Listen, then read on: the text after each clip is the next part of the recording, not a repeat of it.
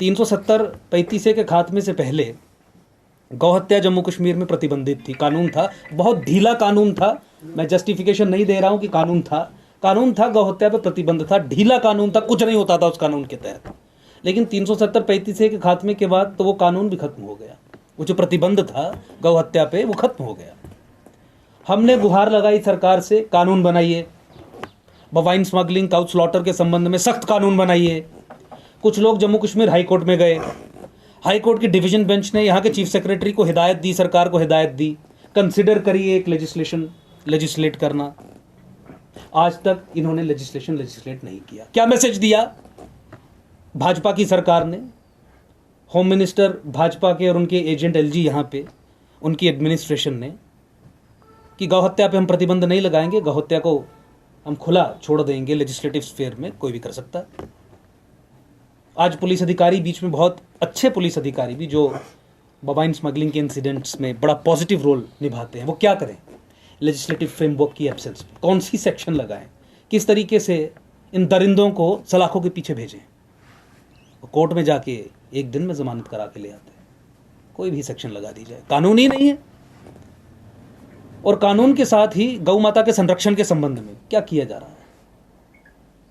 आज मस्जिदें मुसलमानों के पास हैं, चर्चे क्रिश्चियंस के पास हैं, धर्म के आधार पे जो पैसा इकट्ठा होता है वो उनके पास है, वो अपने काम के लिए, कन्वर्जन्स के लिए भी उस पैसे का इस्तेमाल करते हैं। हमारा माता वैष्णो देवी सरकार के पास है, 505 करोड़ रुपए एक साल के इकट्ठे होते हैं, 1 रुपया गौ माता के संरक्षण के लिए खर्च नहीं किया जाता सरकार के द्वारा। क्यों? क्योंकि फैसला उस बाबू को लेना है जो एक सेक्युलर ऑफिसर है, जो एक हिंदू इंस्टीट्यूशन को वहाँ पे एडमिनिस्टर और मैनेज कर रहा है। और जब हम इस संबंध में भी आवाज़ उठाते हैं तो आवाज़ दबाने का प्रयास किया जाता है।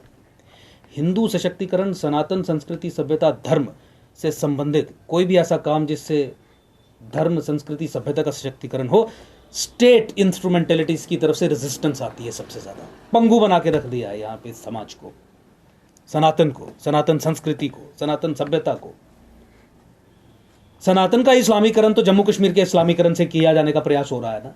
क्या सिक्योरिटी एजेंसीज को Pakistan ISI, organisation of Islamic countries, pan Islamic जो जिहादिस्ट ऑर्गेनाइजेशन है, उनके डिक्लेयर्ड ऑब्जेक्टिव्स के बारे में भी नहीं पता है? पाकिस्तानी आर्मी की ट्रेनिंग मैनुअल्स इन्होंने नहीं पढ़े? अगर हमारे पोजेशन में वो सारा इंफॉर्मेशन है और हम लड़ रहे हैं स्टेट अपरेटस से बाहर रह के, बिना किसी शक्ति के, सिर्फ अपने हृदय और मन की शक्ति को आगे रख के अगर हम लड़ रहे हैं, तो ये सरकारी अमला यहाँ पे क्या सुख सुविधाएं लेने के लिए बैठा हुआ है? गाड़ियों की, बंगलों की? क्या इनका दायित्व नहीं है? क्या इनकी जिम्मेवारी नहीं है? आपने सुना SHO जानीपुर के मुंह से कि इस केस की इन्वेस्टिगेशन यहां तक पहुंची है? कोई अभियुक्त इस घटना में अभी तक पकड़ा गया है? कोई जानकारी है? कोई पब्लिक स्टेटमेंट जिससे दिखे कि सरकार इन मामलों में सीरियस है? कोई पोस्चर सरकार की तरफ से है? पहले भी नहीं था, आज भी नहीं है, आने वाले समय भी नहीं होगा। मैं लोगों से निवेदन करता हूं कि आज मिलके इस सरकार को चेतावनी दें, खासकर इन 2 मामलों में अल्टीमेटम दें कि 1 हफ्ते के अंदर अंदर, 10 दिन के अंदर अंदर मान लीजिए, अगर आप अभियुक्तों को पकड़ के, मेडिकल कॉलेज जम्मू के भी और जिन्होंने गौ माता की हत्या की, सर काट के खुले में वहां पे फेंका, उनको भी नहीं पकड़ते हैं तो फिर एक जन आंदोलन होगा।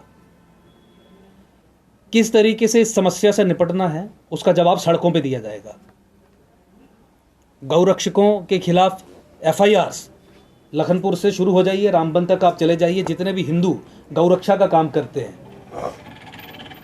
पुलिस के अधिकारी, एक्सेप्ट फॉर फ्यू अधिकारी, कुछ अधिकारियों को छोड़ के, क्योंकि पर्सनली मैं जानता हूं कि उनमें से भी कई कुछ गौ भक्त हैं और गौ माता को बचाने का प्रयास करते हैं, लेकिन पैसा 1 रुपया नहीं है सरकार की तरफ से कि पकड़ने के बाद उनको खिलाना कहाँ है, संरक्षण कहाँ करना है, रखना कहाँ है, उनको छोड़ के